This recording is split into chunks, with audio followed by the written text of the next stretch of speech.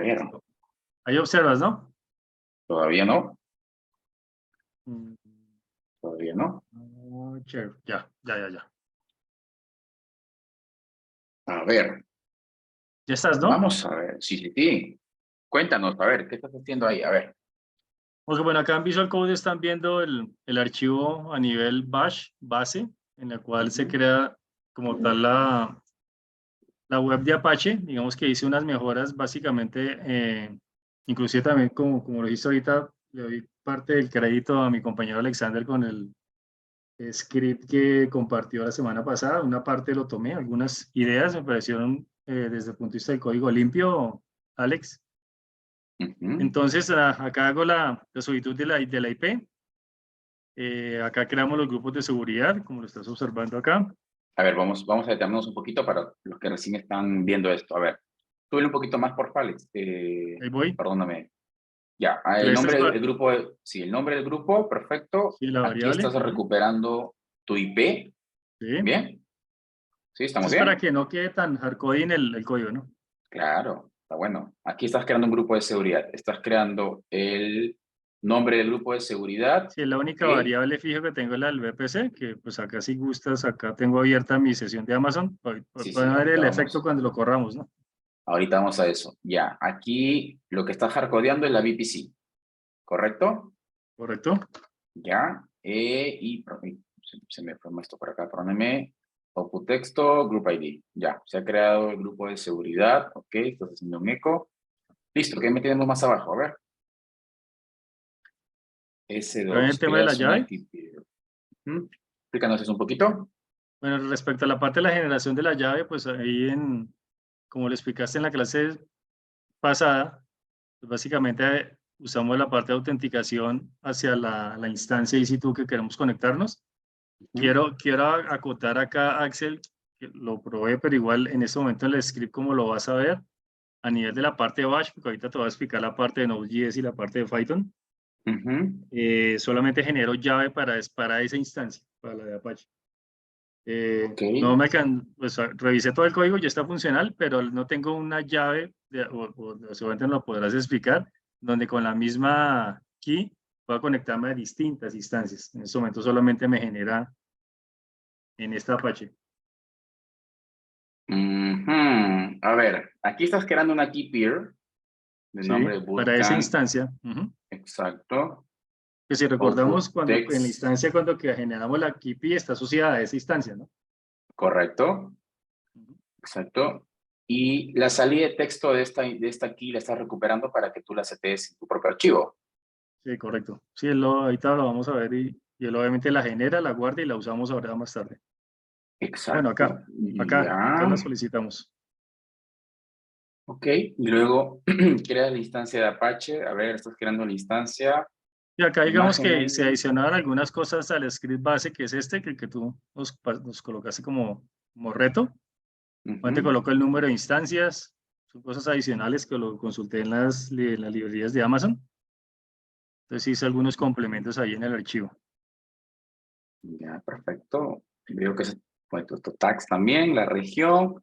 A ¿Mm? ver, ¿qué más tenemos abajo? User data, estás instalando, bueno, actualizando, instalando Apache.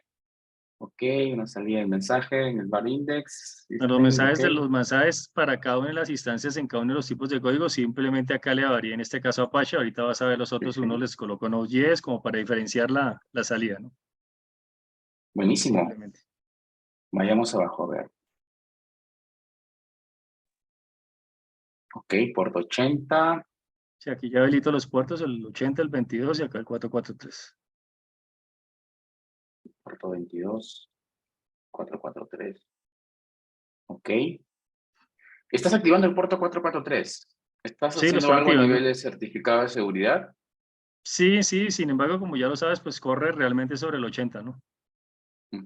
Ya, ok, correcto. Importante que todo el mundo sepa que el puerto 443 es un Es puerto el para HTTPS, el habilitar seguro. Ujú. HTTPS seguro, ¿no? Tu Apache, No, tu aplicación es que tuviera un... las pruebas, bueno, te imaginarás que las pruebas a nivel de código son levante. Tuve un reto fortísimo con Node.js, casi que no me levanto. Pero bueno. Ese era el reto. Vamos, a ver. Bueno, acá Bajemos. entonces genero la instancia, ¿verdad? Ujú. Y ya está. Eso viene el segundo reto que tiene que ver con la parte de Python.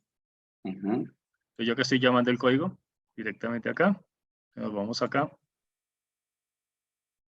Y pues nada, todo va a ser franco, pues te cuento un poquito de mi perfil. Yo soy ingeniero en telecomunicaciones, no tengo mucha experiencia en código, conozco lo básico, soy más product manager y no he hecho tanto código, entonces pues nada, transparentemente te digo, usé ChatGPT para que me ayudara en mucho del tema, aparte del código que se estructura, ¿no? Entonces, si te das cuenta acá, a diferencia de lo que tú nos comentaste en el reto, acá lo transformé completamente a Python. Sí me tocó llamar librerías, tocó hacer bastante instalación de ayudas en el tema y probar hasta lograr el código, hasta que me queda funcional.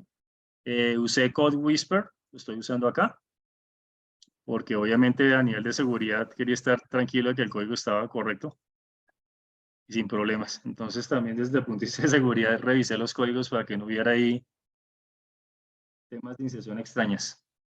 Me encanta, me encanta. Buenísimo. A ver, bajemos más. Bueno, acá está el código. Al final tiene una estructura muy similar a lo que dice en el Bash, ¿no? Pero obviamente en Python. Ok. Lo que ves acá. Entonces lo que te decía, si te das cuenta acá, puse con comentarios toda esa parte de la generación del equipo, lo que te acabo de explicar. Está bueno. La parte del código de deploy de Python no es mucho de mi interés. Mi interés bastante es el user data general. Sí, Porque okay. aquí puede haber uno de su equipo cuando se enfrenten a la vida real o si ya lo tienen trabajando, su desarrollador va a meter el código ahí y ustedes del lado de arquitectura o infra solamente hacen una mención, ¿no? Un invoke a ese código. Exactamente. Entonces, está perfecto. Y Vayamos al user data. finalmente, volviendo acá al user data, pues ya acá tenemos la tercera que es con Node.js, pues al final es una estructura similar a la que te acabo de comentar. Obviamente acá sí me tocó instalar la librería de KDAWS, que casualmente lo chateé con Alexander y lo hablábamos por interno. Y lo pertinente, obviamente, si es toda la instalación de código, pues nada, no, el reto me pareció súper interesante porque me tocó instalar poca librerías ayudas para lograr el código. Qué bueno, qué Listo. bueno, qué emocionante, ¿ah? Está Y genial. acá está la Imagino que estructura también que dentro observas, de ¿no? ustedes hay algún, sí, claro, hay algún programador en Node.js y por ahí les pude haber ayudado, así que eso tampoco no me preocupa. Regresemos al user data general. Listo, acá estamos. Ya Ya, está para correr. entonces, sí, estás llamando a tu script de Python y estás llamando, bástame un poco más el user data, por favor. Perdón, que ya iba Sí. acá a correr el código. Quiero que todos estén clarísimos lo que estamos haciendo, ¿ya? Para los que no son muy ¿Tú? devs. Aquí, se me fue tu nombre, discúlpame. John. Aquí está. John acá está mencionando un par de scripts que ya desarrolló de Python y de Node.js, equipo de desarrollo, Anywhere, ChatGPT, Code Whisper, Copilot, qué sé yo, y los está trayendo, ¿ok? Ahora vamos a correr este deployment. Muéstrame la luz, John. Vamos a ver. Bueno, acá tengo abierta la instancia, ya la tengo logueada con mi perfil de usuario. La consola. Ajá. Acá vamos a, cuando lo Dale un vayamos update, creando, porfa, en Resource, dale un update, solo para asegurarnos que estamos ¿en dónde, al Axel? costado de EC2 Global, dale un update. Quiero estar seguro que no hay Acá. nada acá. Acá, mira. Ahí está, perfecto. Sí, no hay nada. No, regresa a la parte donde veo el dashboard general. El que se cuelga acá. Tranquilo. Qué pena, tengo que Cargando. mutear a uno. Ya, Me regresa. sí. Solo quería que todos viéramos que estaba vacío la cuenta. Ah, sí. ¿Ok? Sí, no, al final toca borrar eso porque inclusive que ellas dentro del troubleshooting, por ahí usé una de las herramientas de Amazon de verificación de rutas a nivel de networking y ahí hice un cubrito chiquito. Buenísimo. No estaba en el free tier. Sí, hay cosas que no están en FreeTire. A Pero ver. nada, igual ya tengo la costumbre que hago las pruebas y cierro. Hago las pruebas y cierro porque ya sabemos qué pasa. Listo, corramos. De Listo, una acá está vez. la distancia. Entonces lo que van a observar todos al final es que la distancia va a quedar acá en 3. En las running van a quedar en 3. Acá se va a generar la keeper con cantidad 1 y los security groups, los 3. Bueno, está el estándar que ven acá en 1. ¿Cierto? Es el default. Se nunca se deja borrar y los 3 que se van a crear, ¿listos? Listo, vamos.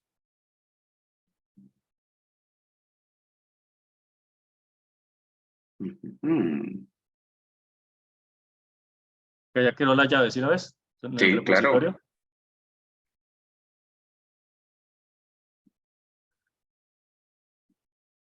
Ya. No hay opciones para limpiar esta parte y no mostrarla, pero bueno, eso mejoras, ¿no? Correcto. A ver.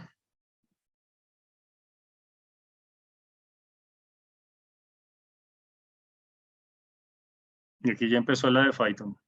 Entonces, si miramos un momentico acá la consola y refrescamos, quedamos en 2 y una activa. Buenísimo.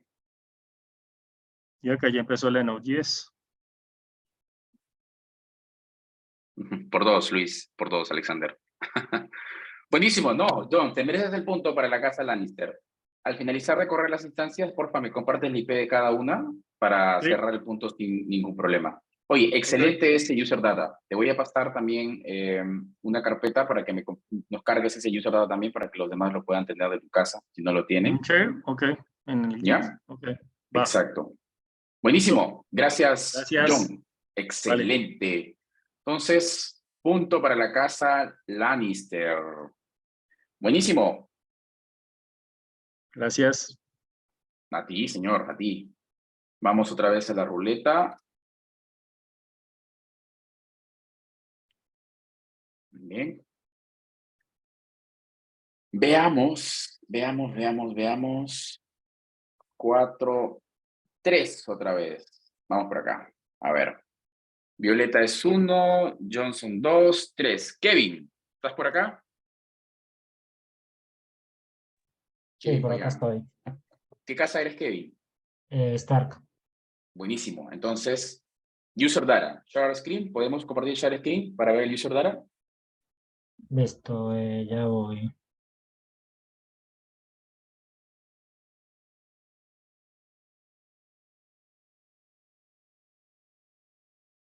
Ahí se ve.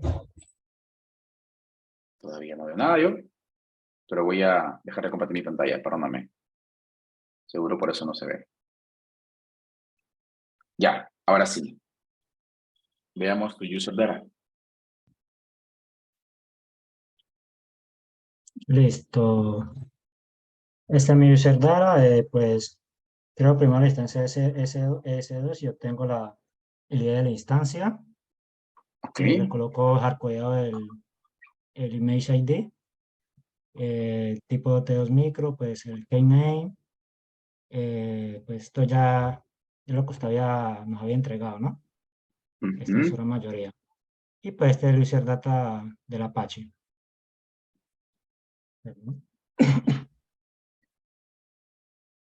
Y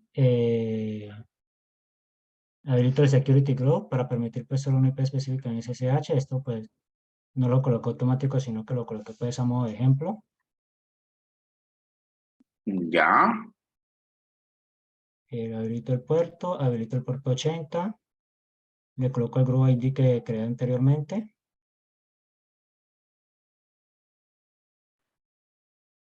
Ok.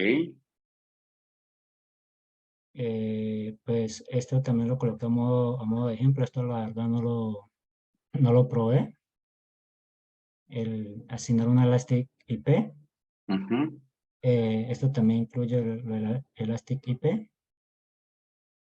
Y pues ya acabado con la instancia de Node.js. Creo un group ID. De este lo coloco como Node.js para saber pues que es de Node. Ujú. Autorizo un security group. Le digo que a este group ID pues de Node lo asocia aquí. Le digo el puerto y luego pues abierto pues con la IP. Ahora lo autorizo, protocolo TCP, el puerto 22 y ya acá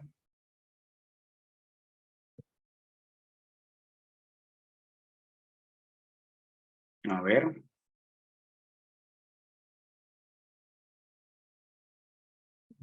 pues le digo el keyname y el user data Instalo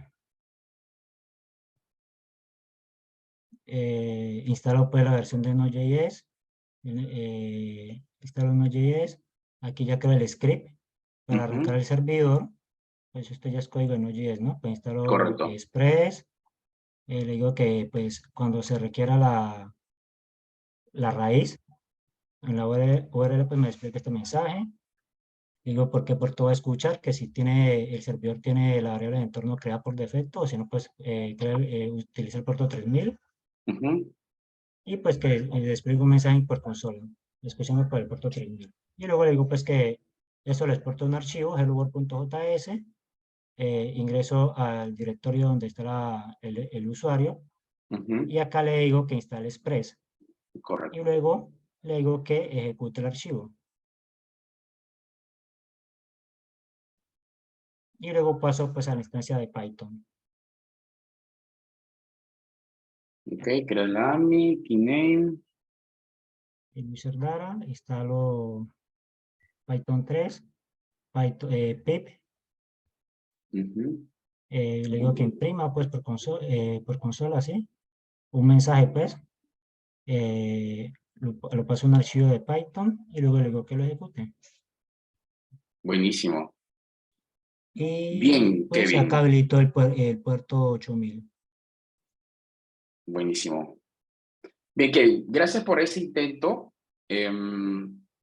Lamentablemente no te puedo dar el punto porque hay un par de errores de seguridad y buenas prácticas que no estamos empleando en este user data, ¿vale?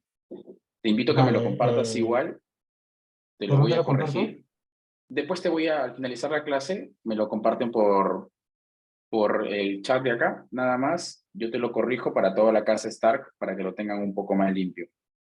Porque no Vale, estamos recuperando cierta información, no estamos seteando algunas cosas, está un poquito hardcodeado.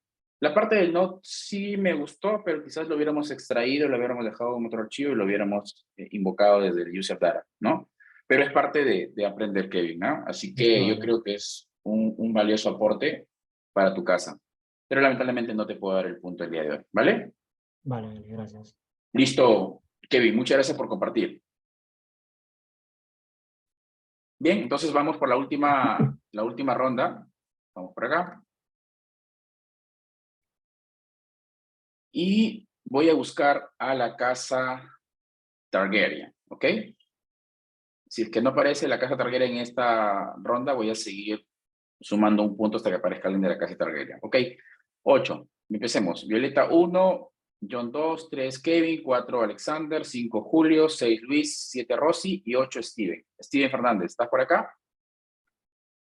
Sí, en la casa, ¿Qué casa, Steven? en la casa de los Lannister. Ok, entonces Lannister. ya tienen punto. Avanzamos. ¿Y Steven? Gracias. Luis Ya. Petro, casa, ¿estás por acá?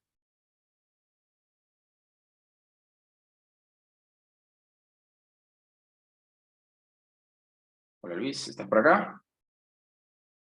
Luis a la 1, Luis a las 2, Luis a las 3. No está. Eric, ¿estás por acá? Sí, pero estoy ¿Casa, Eric? en la casa Stark, Uy, qué pena, Eric. con Ya que pasamos a la casa Star. tranqui. Jess Cuellar, ¿casa?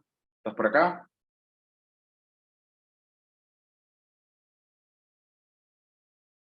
Jess a la 1, Jess a las 2, Jess a las 3. Luis, ¿estás por acá? Luis Lunar. Luis a la 1, Axel, Luis a las ya pasó mi 2. casa. Yo soy de estar también. Genial, dale Luis. Christopher Cedeño, ¿estás por acá?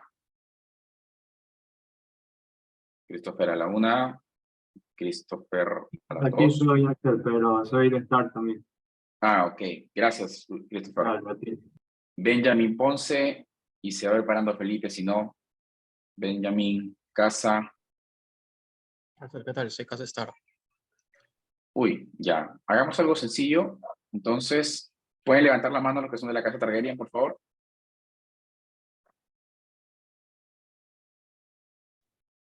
Hola, Axel.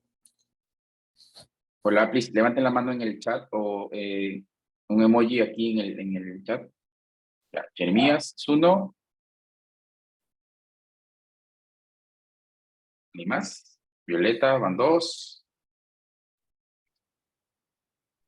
Y más tengo en el chat. Bueno, empecemos. Jeremías. Casa Targaryen, ¿correcto? Ah, correcto, correcto. Tenemos el user data. Sí, sí, comparto acá mi pantalla. ¿Me confirman si se visualiza? Sí, se ve. Ya. Ok, ok. Veamos. Un momento, ya. Acá lo primero que hicimos en este caso es crear los security group, ¿no? Agregar en este caso el tema de los puertos. No, disculpa. Pero lo que creamos fue en este caso el tema del VPC, ¿no? Ujú. Agregamos en este caso todo la VPC para los tres, en este caso el de Apache, Python y Node.js, ¿no? Después de esto nosotros lo que hacemos es obtener el ID. En este caso habilitamos los puertos, en este caso para el tema de Apache necesitamos habilitar el puerto 80, para el tema de Node.js habilitamos el tema del puerto 3000. Ujú. Para el tema en este caso de Python, en este caso estamos habilitando el tema del puerto 8000, ¿no? Y Bien.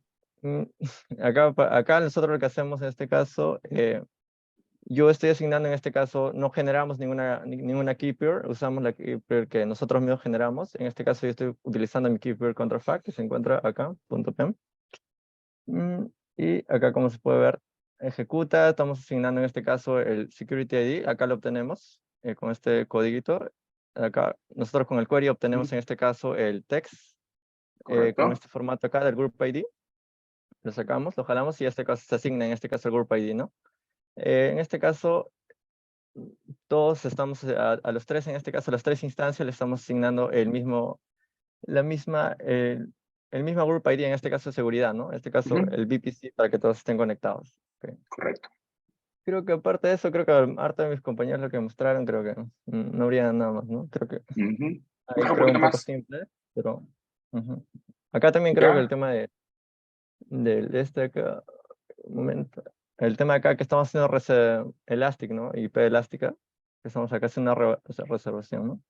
¿Cómo están Y creo, resolviendo el tema de la conexión SSH? ¿cómo? ¿Cómo está resolviendo la parte de la conexión SSH a las instancias? En este caso, yo supongo en este caso que cada instancia tiene una clave privada y ahí es un no. Eh, Pero está abierta la conexión SSH. Sube, Sí, porfa. eso Puerto. no lo hemos hecho, Axel. ujú, Ujú. a Bueno, ver, sí. muchachos. Ajá, Buen intento. Gracias por listo, esto, listo. pero Ujú, no les puedo dar el punto por ese lado. ¿Vale? ok, ok. Listo, listo, no hay problema. No, qué pena. Pero bueno, gracias por eso, ¿ah? Buenísimo. Axel, disculpa, no sé si que yo pueda compartir, es que lo que pasa es que la actualicé hace media hora y no la puedo compartir con mis compañeros en repo. Lo siento. No, La porque config- esto era para la clase pasada. Así que o qué si, pena con ustedes, muchachos. si no la comparto por el grupo para que la vean. Yo hice un user data más avanzado para el Apache. Sí, buenísimo. Compártelo por el grupo por allí. Me quedo con el de los Lannister, que está muy bueno. Ese es el que voy a subir porque es el que he visto en este momento y pueden compartir ustedes internamente en su grupo para trabajar sin problema, ¿vale? Listo, muchachos. Solamente alentarlos a que sigan explorando esto. No busco que sean desarrolladores nativos y que se metan a desarrollar los scripts de Python y los de Node.js. Solamente si ustedes están en el mundo de Amazon, si quieren ser arquitectos, ingenieros, operadores o desarrolladores, tienen que conocer algunas estructuras de cómo llamar, cómo hacer un user data con todos los conceptos de buenas prácticas de seguridad y todo lo demás, que lo he visto en la casa Lannister y por eso se llevan los puntos del día de hoy. ¿Ya? Al terminar la call, la persona que me mostró el user data, me escribe por favor para darle los $300 en créditos de Amazon Web Services y eso de allí ustedes lo pueden repartir en alguna cuenta como recomendación, crear usuarios para que se conecten a esa cuenta y la persona que tiene el código puede crear un budget internamente para que sepa cuándo va a llegar al tope y luego quitarle los permisos a todos los demás. Eso lo dejo a su criterio, ¿ya? Pero más o menos para que cubra los créditos de las pruebas de concepto que van a hacer. Y si más adelante, porque va a haber más retos, pueden ocupar la cuenta de esa persona para los créditos, ¿ya? Pero igual, en toda la clase va a haber más créditos por allí. ¿Listo? Ya te escribo por interno, gracias. Listo, John, te voy a guardar, ¿ya? John Rodríguez. Vale, gracias. Chao. Sí. Listo, buenísimo. Entonces, nada, empecemos la clase. El día de hoy vamos a hablar sobre base de datos, ¿ok? Entonces, vamos a agregar capa de base de datos dentro de este curso, ¿ok? Entonces, cuando hablamos de base de datos, estamos hablando de 4 conceptos generales que Amazon recomienda. Primero, la base de datos tiene que ser una base de datos escalable dentro de AWS, y la escalabilidad para base de datos se ve de manera vertical, ¿ok? O sea, escala hacia arriba y hacia abajo, ¿vale? Otras consideraciones que debemos tener para trabajar temas de base de datos es el tipo de almacenamiento que requerimos a nivel de gigas, teras o petabytes. No es lo mismo elegir una base de datos para petabytes que elegir una base de datos para gigabytes. Son 2 tipos de base de datos totalmente distintos, ¿ya? Así que es una consideración que tenemos que evaluar cuando veamos base de datos. ¿Ok? El tipo de objeto también es clave, ¿no? No es lo mismo almacenar objetos como imágenes y videos que almacenar archivos o archivos binarios, ¿no? Tenemos que elegir el tipo de objeto adecuado y la base de datos adecuada para eso, ¿no? Bien, y la durabilidad, que quiere decir en el tiempo cómo permanece la información, también es algo muy clave para el tema de base de datos. ¿Ok? Ahora, hay 2 tipos de base de datos que existen actualmente dentro de AWS, ¿ok? De las que vamos a hablar en el día de hoy. Existen más de estas 2 bases de datos, pero vamos a centrarnos en estas 2, ¿ya? La primera, que creo que muchos de ustedes lo conocen, y permítanme mutear por aquí porque veo audio, permítanme. Mi hermana dice que viene mañana. Sí, porque estoy echando día. A ver. Veamos. Que no venga su Pues hermana. estoy full ahorita.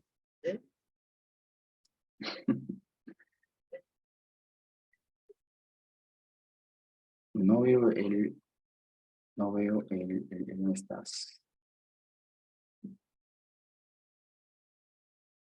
Sorry, no veo. Bueno, ya se mutearon. No vi la opción para mutearlo. Pero bueno. Listo. Pilas con sus audios, por favor. Les comentaba, hay 2 tipos de base de datos. La primera son las relacionales, que ustedes seguramente las conocen ya, ¿no? Y las bases de datos más populares son Microsoft SQL Server, Oracle Database, MySQL, quizás MariaDB. Es una base de datos muy popular. Y también entra acá el tema de PostgreSQL, ¿bien? Es un tipo de base de datos relacional. De las no relacionales tenemos 3 bases de datos en AWS, que son muy tradicionales. Bueno, a nivel general, perdón, que es MongoDB, ¿bien? Cassandra, que es otro tipo de base de datos, y Redis, que es otro tipo de base de datos para temas de sesiones y otros temas más, ¿bien? Ahora, una base de datos relacional, como ustedes saben, está construida a nivel de filas y columnas, ¿correcto? Y una base de datos relacional tiene 3 propósitos en general, ¿por qué elegirlas? La primera es que está muy fuerte amarrado a un esquema, así que si ustedes trabajan con una base de datos relacional, es porque están forzados a trabajar basado en un esquema y unas reglas a definir. Bien, no es recomendable utilizar una base de datos relacional cuando ustedes requieren capacidad extrema, ojo, extrema de escritura y de lectura. Bien, para todo lo demás, una base de datos relacional te puede dar un buen performance si hay consultas complejas que tengas que hacer, cruce de información en diferentes tablas, es un buen caso de uso para una base de datos relacional. Bien. Y una base de datos no relacional, una base de datos no SQL, aunque yo creo que sí es SQL por detrás, está basada en llave valor o en un tipo de documento, como pueden ver al lado derecho, documento JSON. Muchos de ustedes pueden conocer este documento.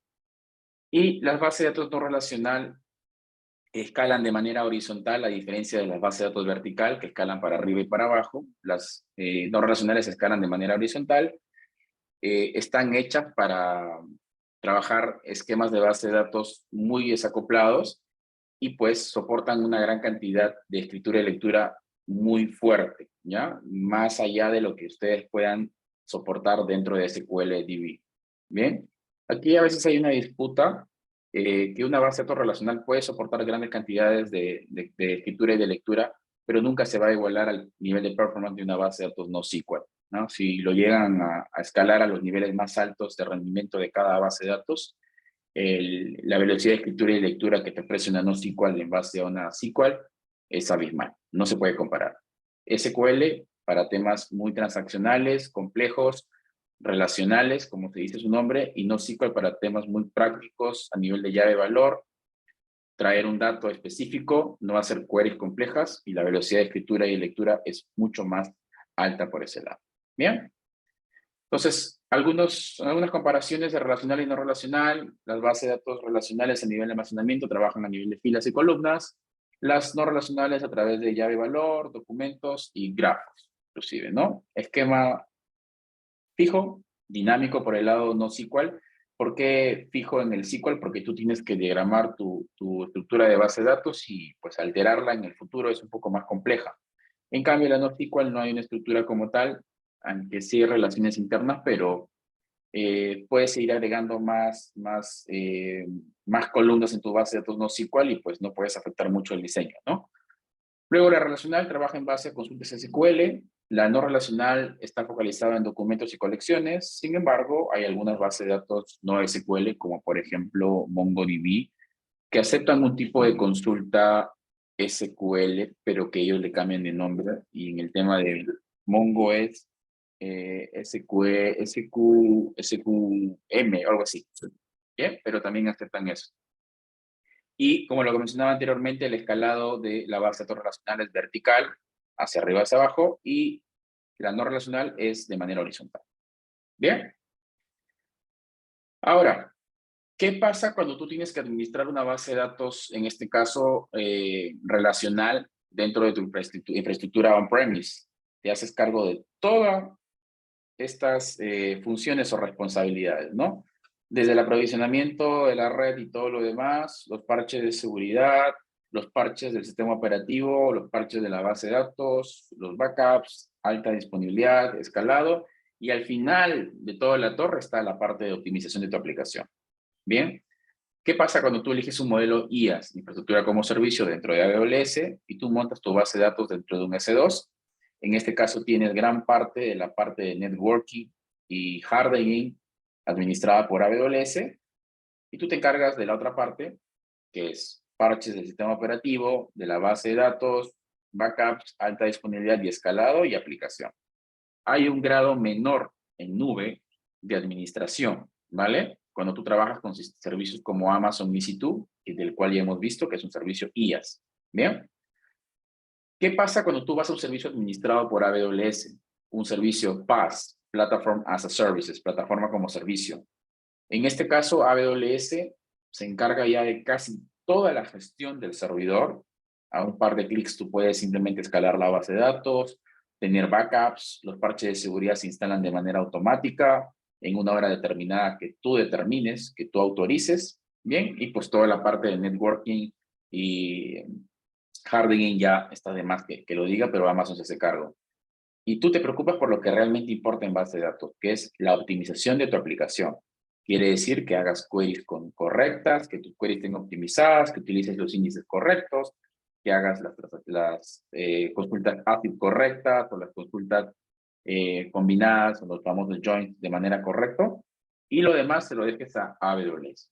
Bien, eso es en un servicio administrado como Amazon RDS, del que le vamos a hablar el día de hoy. Entonces, vamos a centrarnos en Amazon RDS nada más, no vamos a hablar de base de datos NoSQL. Y en base de datos relacionales en AWS hay tres tipos de base de datos que Amazon considera relacional. La primera es Amazon RDS, ¿ya? Que es el servicio de base de datos administrado de Amazon. La segunda es Amazon Redshift, que es un servicio de data warehouse para grandes lagos de datos. Y la tercera es Amazon Aurora, que es una base de datos propia de AWS, que es compatible con MySQL y con PostgreSQL, del cual ya lo haremos en breve. Bien, y de las bases de datos no relacionales tenemos Amazon DynamoDB, tenemos Amazon Elasticsearch, que es un servicio de caché para poder reducir el impacto a la base de datos y consultar ciertas transacciones o consultas dentro de la caché de este servicio. Tenemos Amazon Neptune, que es una base de datos que usaba Facebook para hacer relaciones entre grafos. Y tenemos por último Amazon DocumentDB, que es una base de datos compatible con MongoDB, para los que han usado MongoDB, es una base de datos basada en colecciones, y Amazon tiene un servicio que soporta esa base de datos MongoDB. Aparte, Amazon, a través del Marketplace, que ya hemos conversado de eso, soporta un servicio llamado Mongo Atlas, que es el servicio de MongoDB en cloud, totalmente administrado por ellos, que también lo puedes aprovisionar desde AWS, ¿bien? Que es muy, muy bueno. Te lo recomiendo. Bien, entonces, nuestro foco va a estar en Amazon RDS el día de hoy. No vamos a ver temas de DynamoDB, eso lo vamos a ver cuando lleguemos a la semana de microservicios, ¿bien? Entonces, Amazon RDS es un servicio totalmente administrado por AWS, se aprovisiona instancias o recursos a nivel de minutos, calcularía unos 10-15 minutos para aprovisionar una base de datos en RDS, y escala de manera vertical, es decir, escala hacia arriba, hacia abajo. ¿Qué quiere decir? Que yo puedo pasar de una instancia de 2 de CPU y 4 de RAM a otra de 4 de CPU y 8 de RAM, y así sucesivamente, y tengo que cambiar el tipo de instancia. Así como hago con este 2, cambio un tipo de instancia por otra, de esta manera funciona también Amazon RDS. ¿Bien?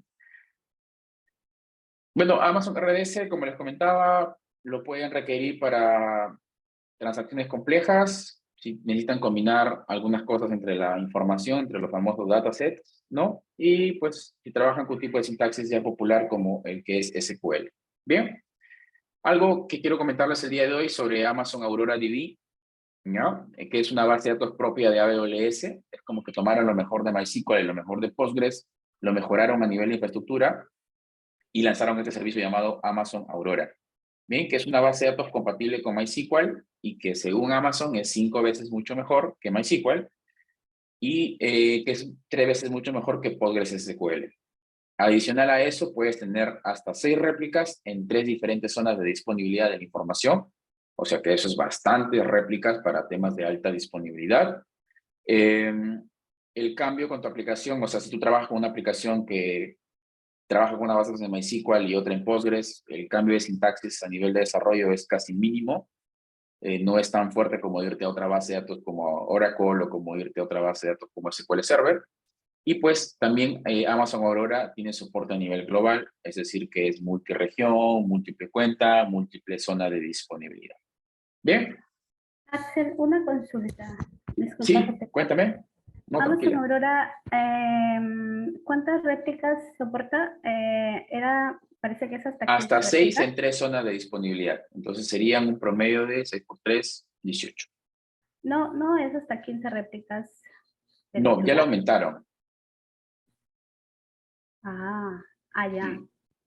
Dale, gracias. Buenísimo. Antes era hasta 15, era 5 por cada tipo de zona de disponibilidad. Ya lo aumentaron ahora. Bien, y ahora se puede hacer cosas mucho más interesantes con Aurora como base de datos activo-activo en diferentes regiones que antes no se podía. ¿Ya? Dale, gracias. Buenísimo. Entonces, casos de uso de RDS, analítica y todo lo que tenga que ver con procesamiento, transformación de datos quizás, anywhere. Bien, pues hasta ahí es la parte teórica de RDS. ¿Tienen alguna pregunta respecto a cómo funciona RDS o para qué propósito tiene?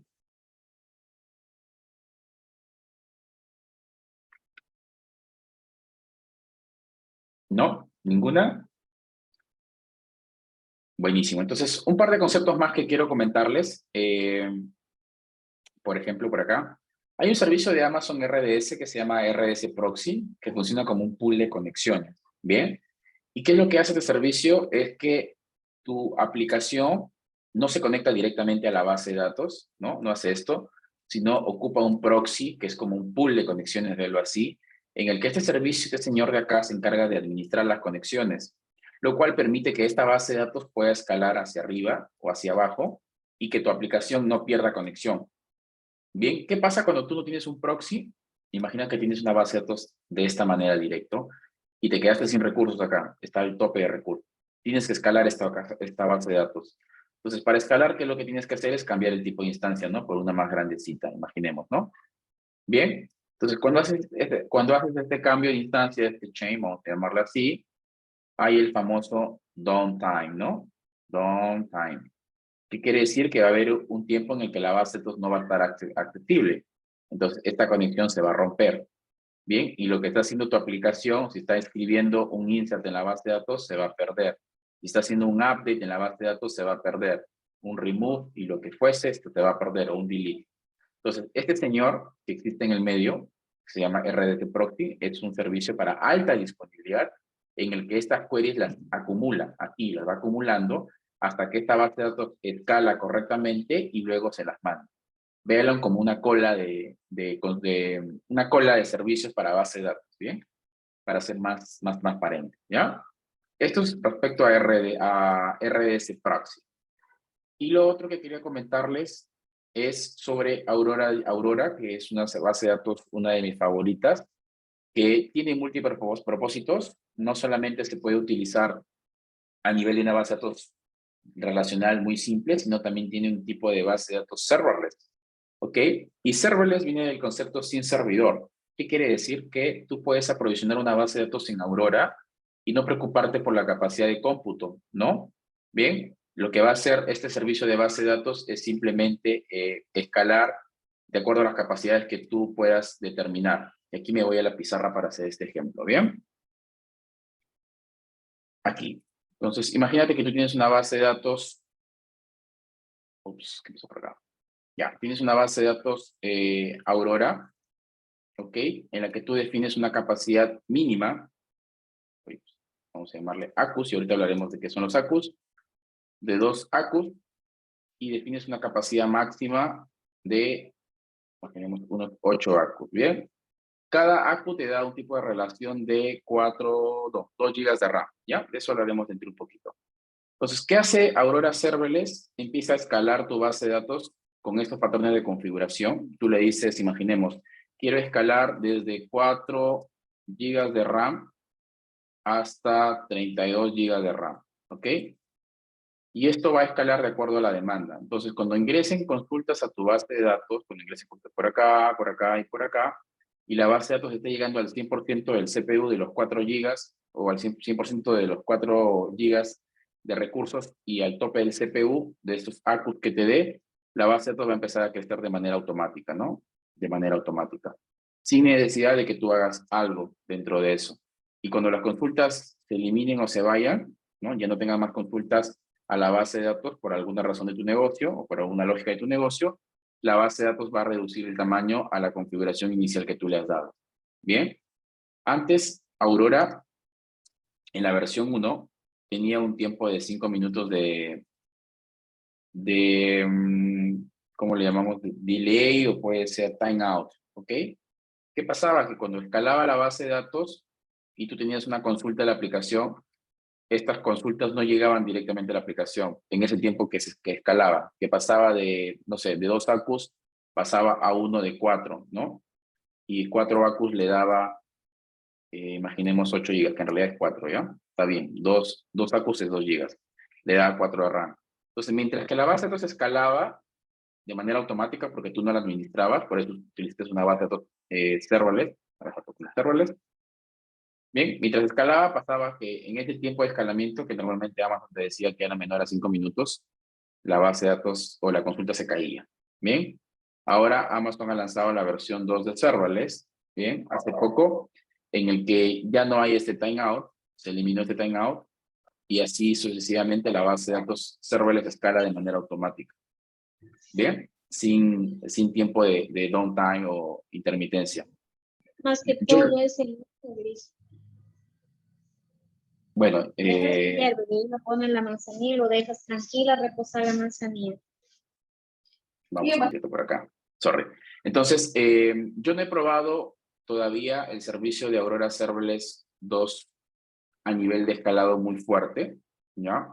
Pero por la documentación que he visto, ya ni siquiera ocupas RDS Proxy delante para esto, ¿no? Porque ya la base de datos, el escalado es de manera automático, sin downtime, ¿bien? Si alguien ha probado Aurora Serverless versión 2 con escalado fuerte y ha podido ver que escala sin tiempos de timeout, lo comparte y sería una buena experiencia por allí. Aún me falta probar esta parte de directamente a mí. ¿Bien?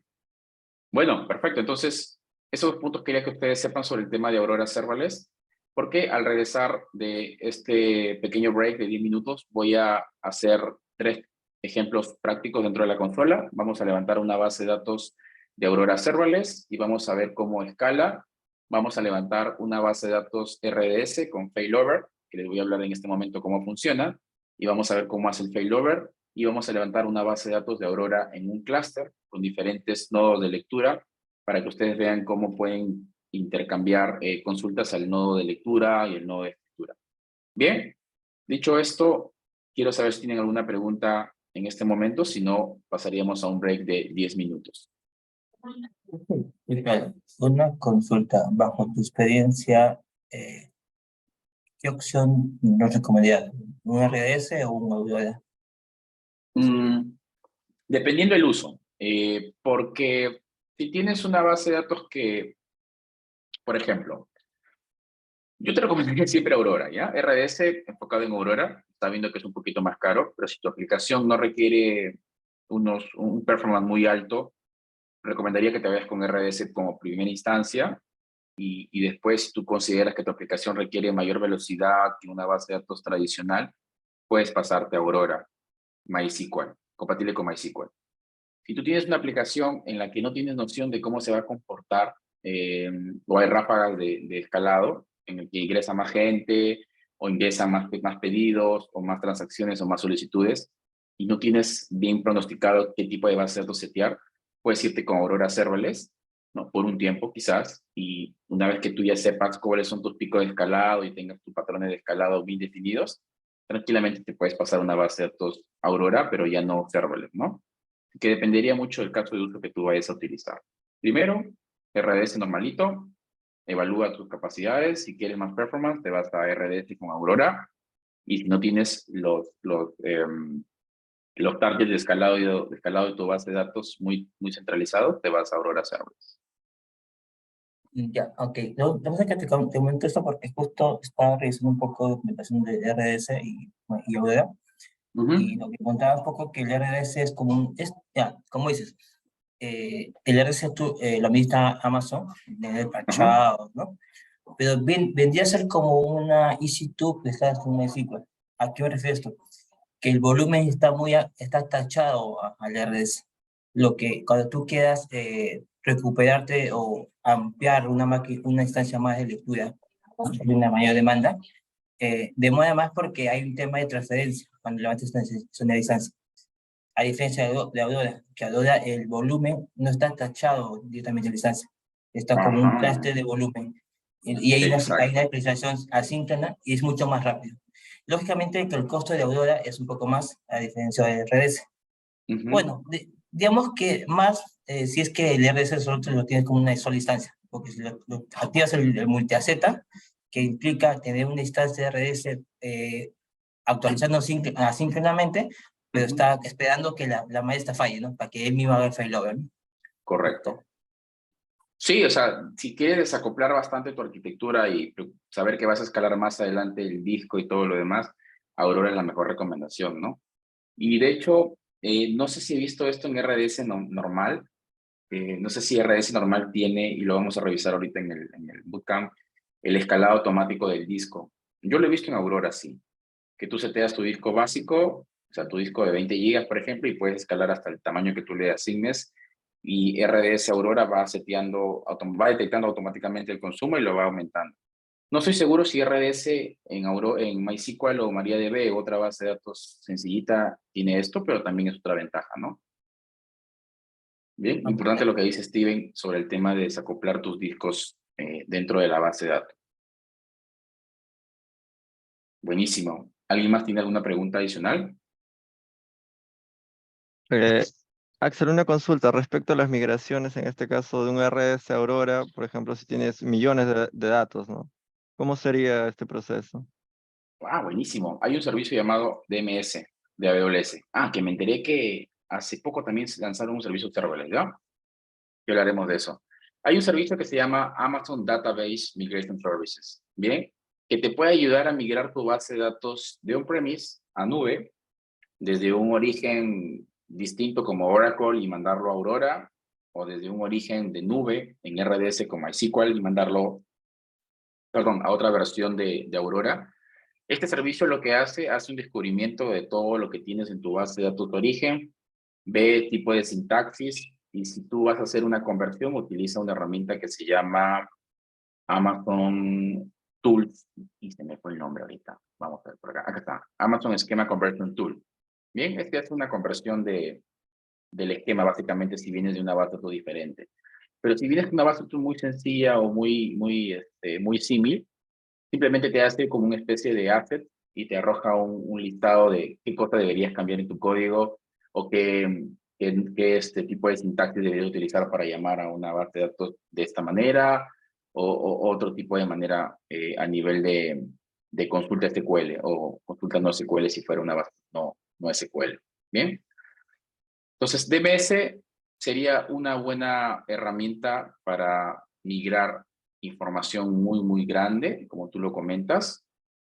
Lo puedes configurar para que se vaya migrando paulatinamente, o sea, configurar un cron en realidad para que migre cada día información, lo ejecutes cada 5 horas, cada 2 horas, pero sí tenías que configurar tus instancias de cómputo para que puedas soportar toda esa carga, ¿no? Tenías que configurar tus máquinas virtuales, EC2 debajo, para que haga toda esa migración.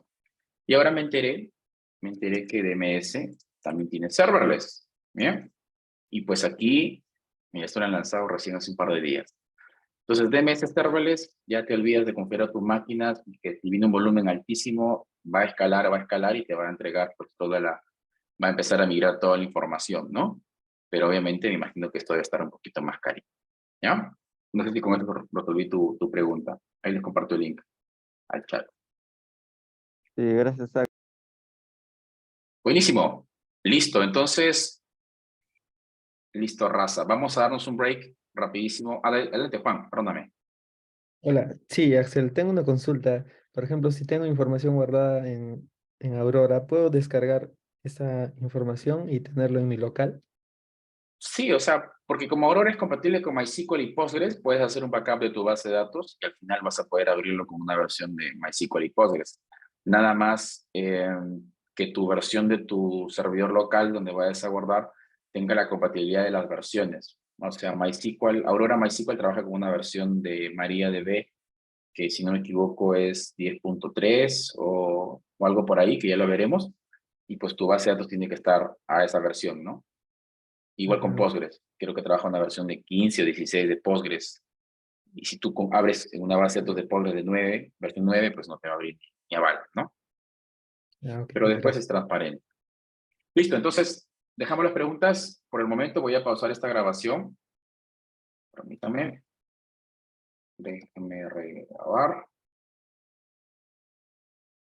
Bien, bueno, buenísimo. Vamos a ensuciarnos el día de hoy las manos en la consola de Amazon Web Services. ¿Bien?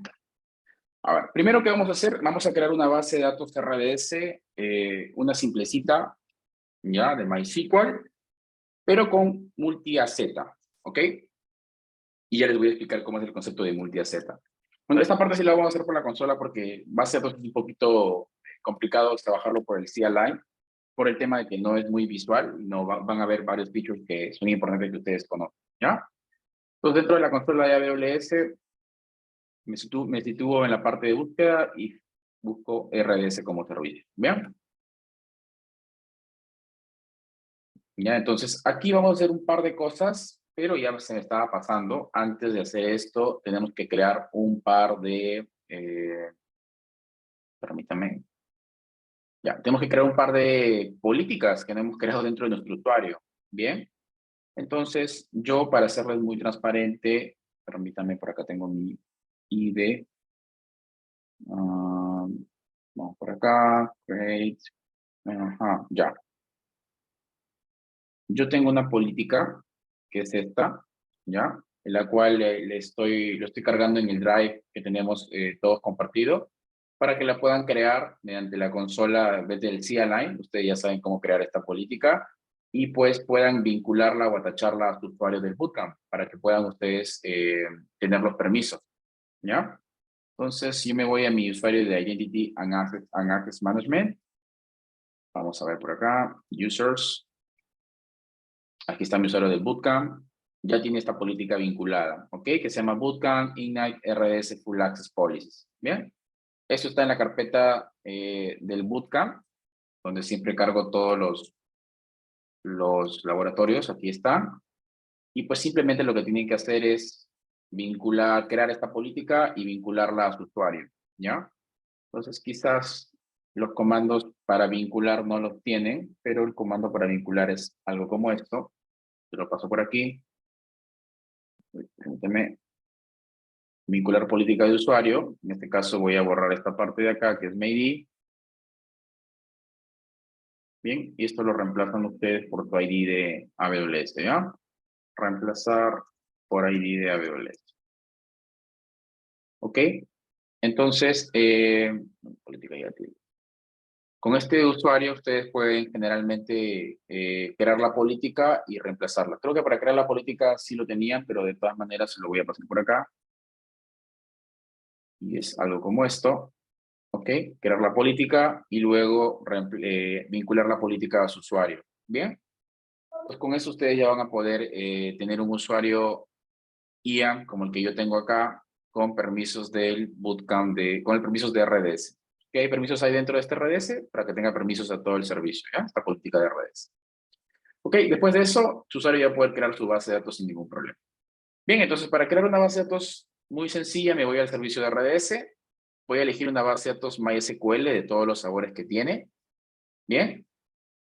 Y aquí, en la parte inferior, bueno, voy a elegir un ambiente de desarrollo de test, ¿ya? No un ambiente productivo. Bien. Y aquí tengo varias formas de crear una base de datos MySQL, ¿ok? Voy a crear una base de datos multi-AZ, ¿ok? Quiere decir que multi-AZ es que una base de datos va a estar en un estado sleep, durmiendo, ¿ok? Y cuando pasa algún problema va a ser el failover. Esto lo voy a explicar rápidamente aquí, ¿ya? Imaginen que tienen ustedes su base de datos acá. Vamos a ponerle un nombre a la base de datos. Bien, esta es tu base de datos de producción, que es de su aplicación web, ¿ya? Aplicación web. Entonces, si ustedes crean una base de datos multi-AZ, lo que va a pasar es que va a haber una réplica de esta base de datos, ¿ya? Vamos a ponerle master. ¿Ok? Y va a haber una réplica de esta base de datos, replicada. ¿Ya? Pero esta base de datos va a estar inactiva. Es decir, ustedes no van a poder acceder a esta base de datos en ningún momento. ¿Ok? Sin embargo, la información se va a estar replicando, ¿ya? De manera automática. ¿Ok? Entonces, ustedes tienen acá un pool de conexión, una cadena de conexión, lo que se llama un endpoint. ¿Ok? Tienen un endpoint y este endpoint ustedes lo configuran desde su aplicación. ¿Ok? Por acá puede estar su aplicación web. ¿No? Su aplicación. Y ustedes van a llegar a un único endpoint, ¿ya? Que es más o menos así. Vamos a ver, rds tal cosa, punto rds.com, punto amazon.com. ¿Ok? Uy, esto se fue muy feo. ¿Ya? Entonces, ustedes van a llegar a su endpoint de esta manera, en su base de datos. Van a estar escribiendo y leyendo de esta base de datos y automáticamente Amazon va a estar replicando esto en otra zona de disponibilidad. ¿Ok? Esto va a estar en la AZ1. Y esto va a estar en la Z2, ¿ok? En otra zona de disponibilidad.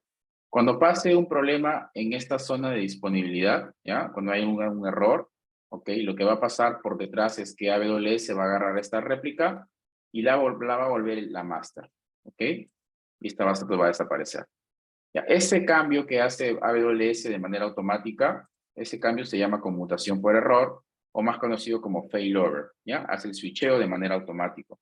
Ustedes no se enteran que hay un cambio a nivel de configuración de su aplicación. Esto lo hace de manera automática AWS, pero sí van a sentir que las consultas que estaban ingresando en este momento a su base de datos, ¿ok?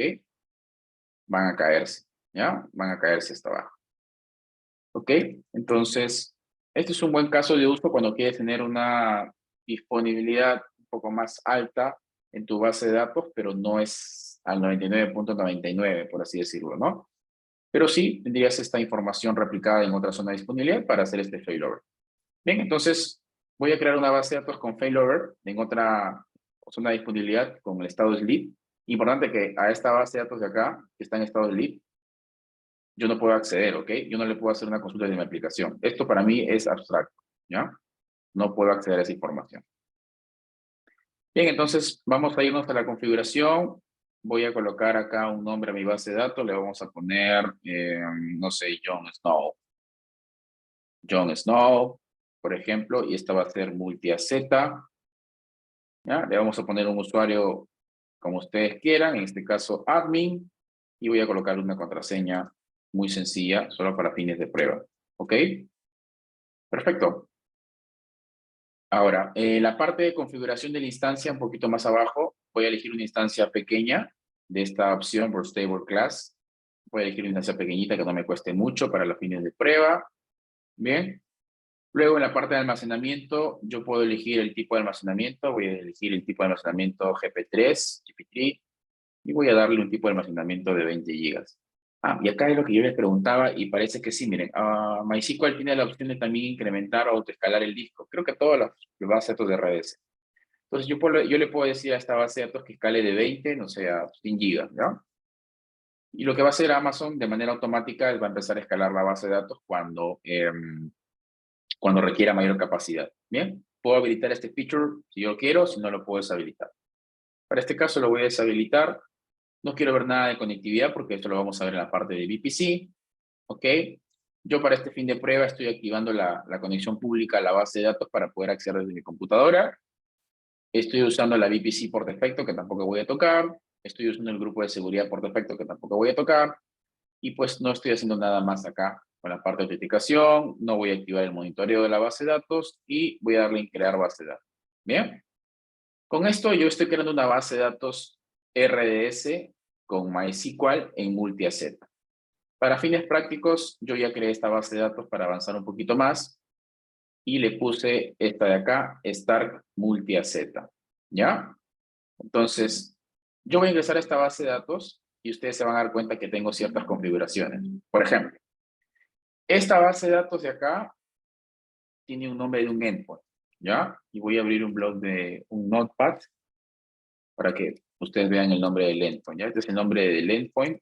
Uy, perdón. Aquí está. Y esta base de datos está creada en una zona de disponibilidad que es USEAS 1A. ¿Ok? Esta va a ser la zona de disponibilidad. ¿Ya?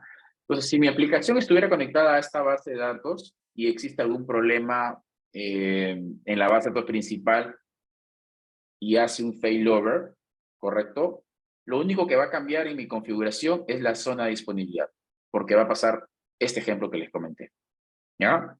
Entonces, ¿cómo yo fuerzo esto para que ustedes vean? Simplemente me voy a la opción de Actions y le puedo dar en Reboot por acá, ¿ok? De manera visual, y aquí puedo activar la opción Reiniciar con Failover, y lo que va a pasar cuando confirmo esto es que mi base de datos se va a reiniciar, el endpoint de la conexión a la base de datos se va a mantener, pero me va a arrojar otra región, ¿ya? Otra AZ. Bien, si no estoy mal, a ver, está en 1A, vamos a esperar que esta reinicie, y esta zona de disponibilidad debería ser otra. Entonces yo me entero que Amazon está que me da una base de datos idéntica, pero en otra zona de disponibilidad. ¿Ya? Mientras se va reiniciando, voy a crear una segunda base de datos, que es una base de datos basada en un clúster, ¿ok? Y la clusterización funciona de esta manera, ¿ok? Tengo una base de datos principal llamada master, luego tengo base de datos de lectura, que son las réplicas, ¿ok? Puedo tener n réplicas, ¿ok? Dependiendo del motor de base de datos que yo elija. Y la diferencia con lo que comenté anteriormente es que aquí ustedes tienen un endpoint de escritura, ¿ya? Vamos a ponerle write. Y aquí tienen ustedes endpoint de lectura, ¿ok? ¿Vale? Entonces, mi aplicación que está por acá, vamos a ponerle esto, mi aplicación, si está bien configurada, yo puedo configurar para que aquí haga lectura y pues para aquí haga, perdón, escritura y aquí haga lectura a las otras réplicas de mi aplicación. Ahora, ¿para qué me sirve esta parte de clúster? A todo esto se le llama un clúster de base de datos, ¿ya? ¿Para qué me sirve? Para distribuir la carga entre mi base de datos. Yo no deseo, por ejemplo, si mi aplicación solamente lista información, por ejemplo, en un e-commerce, ¿no? Yo le muestro a mis clientes toda la información que tengo de, no sé, tienda de gadgets, ¿no? Los celulares, las laptops, no sé, los otros accesorios. Solamente les muestro esa información. Entonces, yo que mi aplicación cierta parte de mi lógica apunte a una base de datos réplica, que es de lectura, y pues va a poder listar toda la información. Van a poder ser list o get en mi aplicación, ¿no? Pero cuando mi usuario tenga que comprar y hacer, no sé, pues uso del carrito de compra o el checkout y escribir en la base de datos, ahí la lógica la enruto para que vaya a la base de datos master o la base de datos que tenga la opción de escritura. ¿Bien? Entonces, de esta manera, si se dan cuenta, yo estoy distribuyendo la carga, porque puede ser que vengan usuarios bastantes y lo mando a este nodo, luego los mando a este otro nodo y los mando a este otro nodo. ¿Bien? En la lógica de mi aplicación. ¿Ya? Entonces, para eso me sirve un clúster de base de datos. Ahora, ¿cómo creo un clúster de base de datos? Muy sencillo, me voy a crear base de datos, yo voy a elegir Aurora, en este caso, Aurora MySQL compatible, bien, y me voy al ambiente de DevTest, le pongo un nombre a mi base de datos, por ejemplo, vamos a ponerle Amazon Ignite, le pongo cluster, bien, nuevamente usuario, clave, aquí puedo autogenerar la clave también con AWS, bien, sin ningún problema. O también puedo hacer que la clave lo administre un servicio que se llama Amazon Secret Manager, pero eso lo haremos más adelante cuando veamos temas de seguridad. ¿Ya? Por el momento puedo usar un usuario admin. Este usuario admin lo puedo cambiar, obviamente, ¿no? Uso la configuración estándar de AWS Aurora, no me meto en la parte de IO optimizado para IO. Como recuerdan, cuando hablamos de IBS, los IOPS es el input y el output. Yo puedo incrementar el input y el output en mis discos y en mi instancia para tener mejor performance, pero eso lo haremos cuando veamos temas de alta disponibilidad. ¿Ya? Bueno, acá tengo los sabores de la base de datos. Tengo bases de datos optimizadas para memoria y las clásicas. Voy a elegir una clásica. Bien, y aquí también tengo otra opción de crear una base de datos Aurora simple o crear una réplica. ¿Ok? Un nodo de réplica de mi base de datos, ¿ya? Entonces, si yo le doy crear acá, me va a crear una base de datos con una réplica. ¿Bien? Voy a irme por acá. Yo, para fines prácticos, ya creé esta base de datos en cluster. Miren, aquí está mi base de datos que se llama Stark Cluster, y acá hay dos nodos, ¿ya? Está el nodo principal, que es el de escritura, el writer, y aquí está el nodo secundario, que es el reader, ¿ok? Entonces, yo voy a acceder a estos nodos para mostrarles cómo funciona cada nodo. Aquí tengo los endpoints de mi nodo. Voy a ingresar al nodo writer, voy a copiar este endpoint y voy a hacer uso de mi terminal para mostrarles cómo se hace esto, ¿ya? Entonces, me voy a conectar a mi base de datos desde mi computadora. Para eso, ¿qué es lo que he hecho? Bueno, estoy viendo los comandos para conectarme a la base de datos. Yo lo que he puesto es he configurado, obviamente, mi IP para conectarme al grupo de seguridad de esta base de datos. RDS funciona igual con los grupos de seguridad muy comunes. Y voy a hacer un comando, a ver, de escritura. ¿Qué puede ser? Crear una base de datos, ¿no? Create database, no sé, Amazon Ignite, ¿no? Por acá, ¿ya? Listo, entonces vamos a usar la base de datos Amazon Ignite. Y ya está, show table debe estar vacío, ¿no? Vacío. Entonces, estoy escribiendo en esta base de datos, ¿verdad? Estoy creando una base de datos. Ahora, ¿qué pasará si me conecto ahora al clúster de lectura? ¿Ya? Que es este de acá. El reader. Entonces me conecto de igual manera, MySQL y mi usuario es admin, el host es esto, y mi password es esto. Entonces, si yo hago show tables para poder hacer un listado de las tablas, perdón, show databases creo que es, para ver las bases de datos, aquí está la base de datos que he creado, ¿no? Amazon Ignite. Bien, voy a intentar crear una base de datos ahora. Entonces le doy create database, vamos a ponerle Amazon o test2, ¿ya?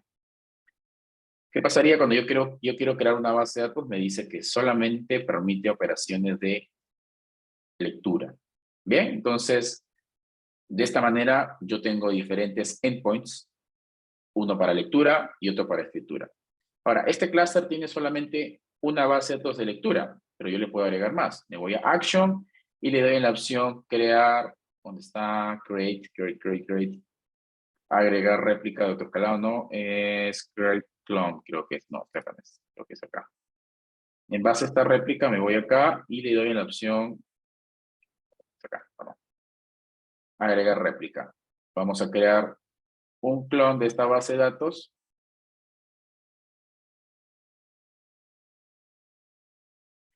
Vamos a esperar. Y yo puedo crear más réplicas como tal dentro de mi clúster, ¿bien? No, esta no es, tiene la opción de crear clon. Ahí creo que no está buscando. ¿Alguien me quiere preguntar algo? Perdón.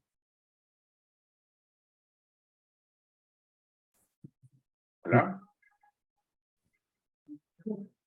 Axel, ahí es en AdReader.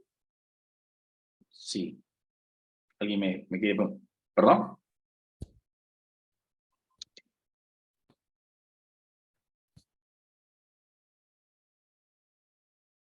Hola. ¿Alguien me quiso decir algo? Perdón.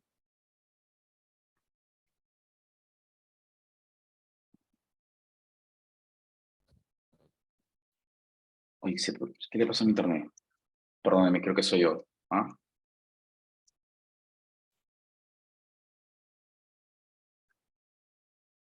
Mi consola está súper lenta, a ver. Permítame.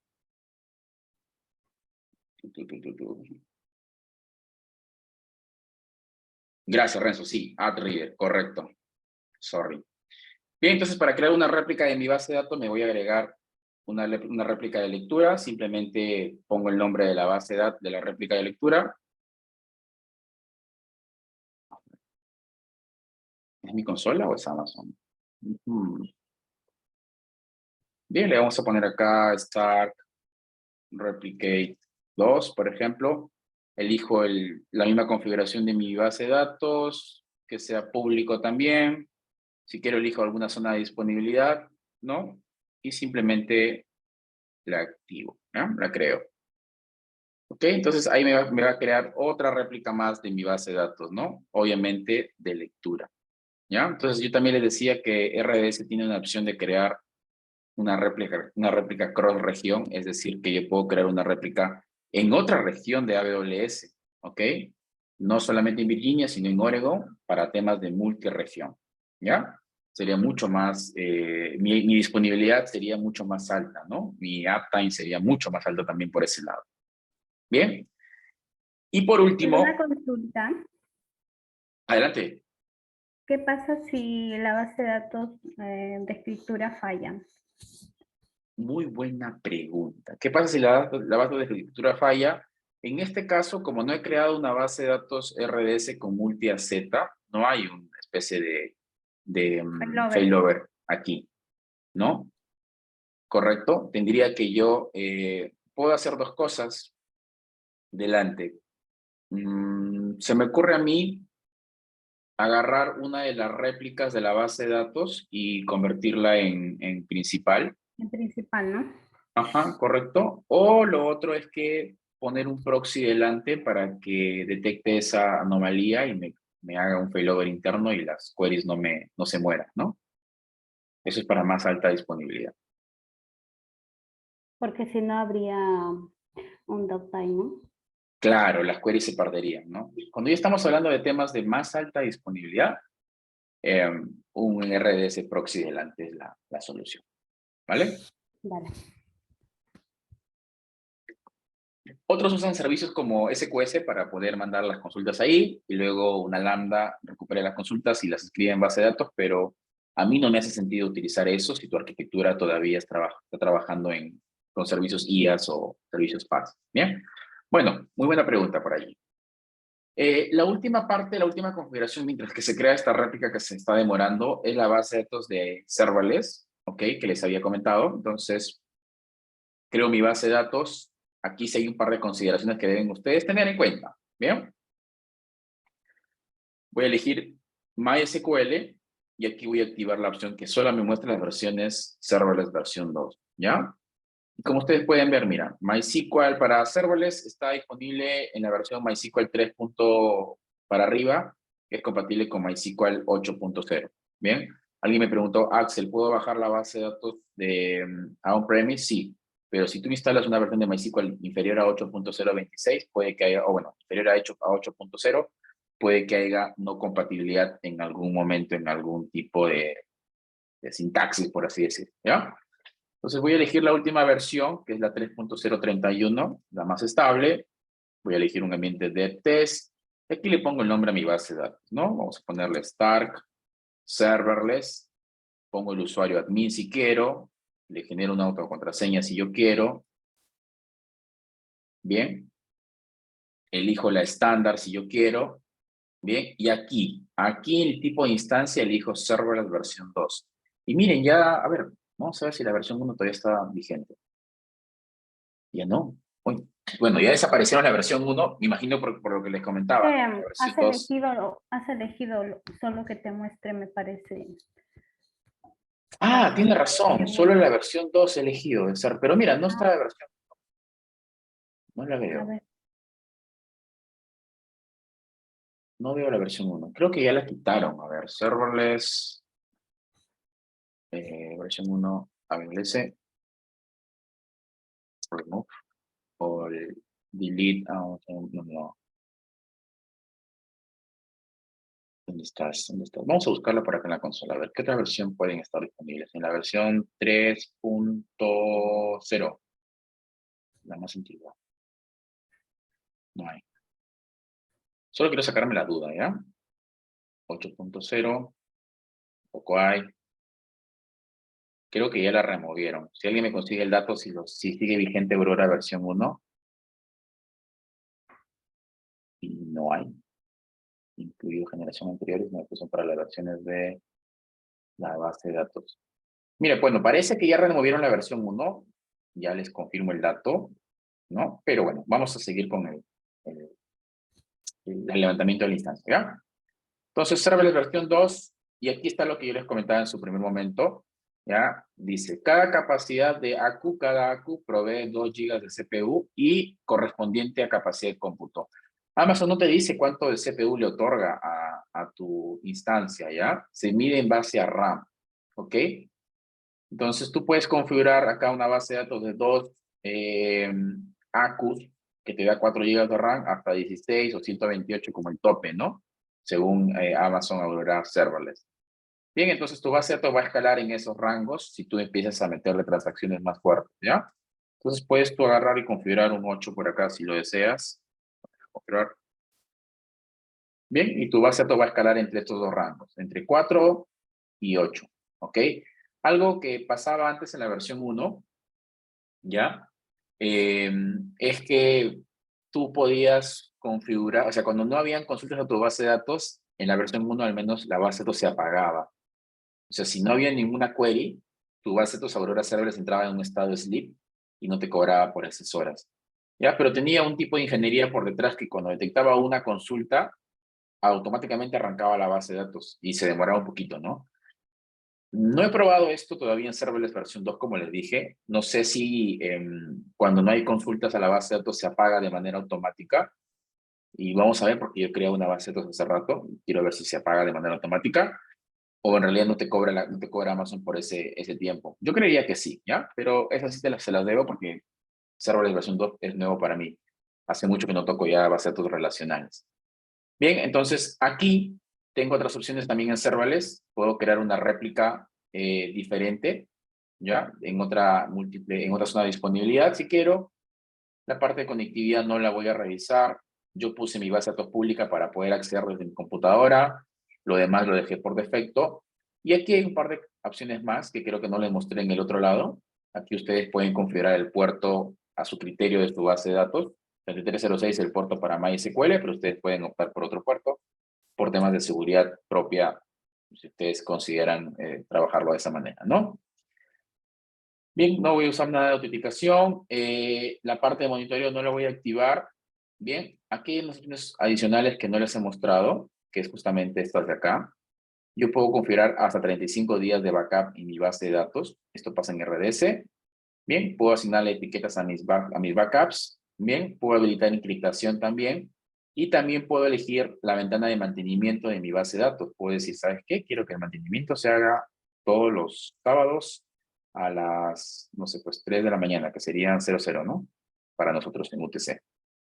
¿Ya? Está bien, 00. O a las 3 de la mañana y tendría que ser a las 6 de UTC, ¿no? No, menos 5 es, serían a las 3, serían a las 11, ¿no? Por ahí. Bien, entonces, y puedo determinar que si mi backup dura más de 1 hora, que se suspenda el proceso de backup, de mantenimiento, ¿no? Yo me puedo permitir que a las 1 de la madrugada, que es hora UTC, El backup, el mantenimiento solo dura 1 hora como máximo, y si dura más de eso, que por favor corte mantenimiento porque a las 2 empiezo a operar, qué sé yo, ¿ya? Entonces también tengo esas opciones a configurar en mi base de datos al alcance de un par de clics, ¿no? Lo que antes sería mucho más complicado configurarlo en un IaaS, por ejemplo. Bien, y puedo habilitar la protección de mi base de datos porque si algún momento se me pasa y quiero darle anti-click delete, me pida que se active bien esta opción y luego la pueda activar para eliminar, ¿ya? Pues le doy a crear base de datos y se va a crear mi base de datos como está acá abajo. En este caso yo he creado ¿Puedo esta base de hacerte una datos. consulta? Sí, claro. ¿Qué pasa si al crear la base de datos no habilito crear los backups? O habilitar esto, mejor dicho, Los perdón, la snapshots. encriptación. La encriptación. Ajá. Ya. ¿Cuál es la pregunta? Si podrías volver Ya. a modificarlo para Luego, encriptarlo. ya una vez que la creé la base de datos, por caso de uso del negocio, me solicitan que debe estar Encriptarlo. encriptada. Ajá. Allí. Vamos a ver si Serverless te permite activar la encriptación después. Vamos a ver. No tengo ese caso de uso, permíteme. Y...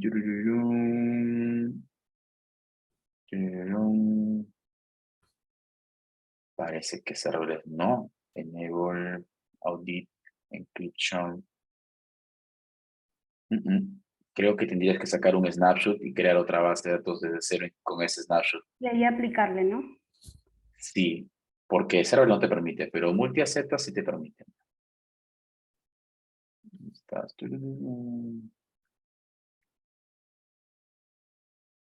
Me parece que tampoco. Ay, no hay. Creo que, a ver, vamos a ver. Enable, Encrypt, RDS, Align, ¿no? Quiero ver si esto puedo encriptarlo después de crear la base de datos. Encrypt database instance. Storage encrypt. Buena pregunta. Te la debo, ¿ya? No sé si voy a probar, si en todo caso, como tengo mi instancia acá, voy a ver si es que puedo encriptar una base de datos después que ya está creada. ¿Ya? Debería, a ver, quiero probar solamente con la de clúster, porque el clúster como está con el DBS desacoplado, vamos a ver, configuración, encrypt. Ah, es que está habilitado. ¿Qué vamos a hacer? A ver. Vamos a ver, configuration. Encrypt. Ah, que está habilitado. Ajá. Bueno, tendría que crear una base de datos no encriptado y déjame ver si lo puedo modificar. ¿Ya? Te la debo. Buena pregunta. Ok, entonces, si es que no se puede hacerlo por interfaz, casi todo lo que se puede hacer por interfaz se puede hacer por CLine, o a veces también hay comandos que por CLine se pueden hacer. Si no es posible, un snapshot, que es una copia de tu base de datos, y crear otra nueva, ¿no? Pero eso es un relajo, en realidad. ¿No? Entonces, primero hay que verificar si es que una vez una base de datos no está encriptada, lo vamos a poder encriptar después, ¿ya? Muy buena pregunta. Bueno, entonces aquí yo he creado mi base de datos serverless. Ok, puedo acceder nuevamente bueno, le puse serverless, puedo acceder a la base de datos de escritura y de lectura, nuevamente como si me accedieras desde aquí, desde mi consola sin ningún problema. MySQL, vamos a ver, MySQL-u, que es admin creo, mi host y mi clave, ¿ya? Entonces de igual manera puedo acá tener mi base de datos y puedo hacer todo lo que yo quiera tradicionalmente. O sea, la sintaxis es muy idéntica a una base de datos normal en MySQL para serverless, ¿no? No hay ningún tipo de cambio. Bien, entonces yo estuve creando un script para poder estresar mi base de datos, pero fracasé en el intento. Bien, entonces yo sé que ustedes son mucho mejores que yo en desarrollo, entonces el reto para ustedes, para la otra semana, para las casas, es crear una base de datos de Aurora Serverless con una configuración inicial y final, como lo he hecho yo, bien, y estresar la base de datos. ¿Qué es lo que quiero que hagan como reto? Quiero que agarren y su base de datos la estresen para ver cómo va saltando de 2 a 4, de 4 a 6 y de 6 a 8 arcos. Bien, quiero que este CPU que está acá lo reviente. Perfecto, para ver cómo es el escalado. Y si dentro de esa prueba quieren conectar a una aplicación sencillita que pueden hacer con ChatGPT, con Copilot o lo que fuese, para ver cómo la aplicación sigue consultando la base de datos y no hay tiempos muertos, mucho mejor todavía, ¿ya? Entonces, en la casa Stark y la casa Targaryen, pónganse pilas con esto, que están ahí con los créditos fríos por ese lado, ¿ya? Entonces, el reto es para que me ayuden y pues, no fracase yo en el intento. En realidad lo quise hacer hoy día, pero no me dio el tiempo y no pude lograrlo, estresarlo bien en la base de datos, ¿ya? Se lo dejo de reto. Bien, entonces hemos creado 3 tipos de bases de datos distintas. Si se dan cuenta, la multi-AZ ya reinició y miren, la región es 1B y yo por acá había apuntado la región que era 1A, ¿no? Me dio otra zona de disponibilidad. Pero si yo filtro el endpoint, debe ser el mismo que el que está acá, ¿no? Mismo endpoint, ¿ya? Entonces, pensamientos finales nada más, amigos míos. Base de datos simple en MariaDB o MySQL con multi-AZ, el failover lo puedo sentir, sí. Hay downtime al momento de hacer el failover. Si quiero evitarme eso, coloco un RDS proxy delante, ¿no? Y el failover lo hace automático en Amazon si detecta un tipo de problema en la base de datos principal, como un crasheo o algo por el estilo, lo hace automáticamente o lo puedo forzar yo con un reinicio, ¿no? El clúster me sirve para poder dimensionar o balancear, no creo que la palabra correcta, pero pueden enrutar diferentes tipos de consultas a diferentes bases de datos réplica para distribuir de manera correcta el tipo de consulta a mi base de datos y no sobrecargar la principal, ¿no? La principal debería ir solo en escritura. Bien. Y por último está la base de datos serverless que puede escalar de arriba hacia abajo. En el que no me preocupo en qué tiempo voy a escalar, simplemente lo hace de manera automática, no hay timeout ni downtime, como se dice.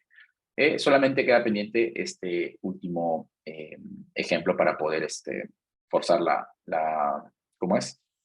El estresado de la base de datos. Bien, entonces eso ha sido todo de mi lado para el día de hoy. Voy a detener la grabación y antes de eso quiero saber si tienen alguna pregunta al respecto. Adelante, Diana. Sí, Axel, una consulta. La tarea sería entonces, bueno, o sea, crear la base de datos, la aplicación que la consuma y hacer que esa base de datos se estrese. Sí, la aplicación es un plus, si lo quieren mostrar para que la gente vea cómo es que la base de datos se está estresando y está escalando y la aplicación sigue haciéndole consultas, ¿no? O sea, hacer un simple select a la aplicación recurrente, basta y sobra, ¿eh? No hay que ponernos a desarrollar algo más. El reto es estresar la base de datos serverless, ¿ya? Y mostrarle a los compañeros cómo es que empieza a escalar. ¿Bien? Ah, ya, perfecto. Gracias. Buenísimo. ¿Alguien más tiene alguna pregunta?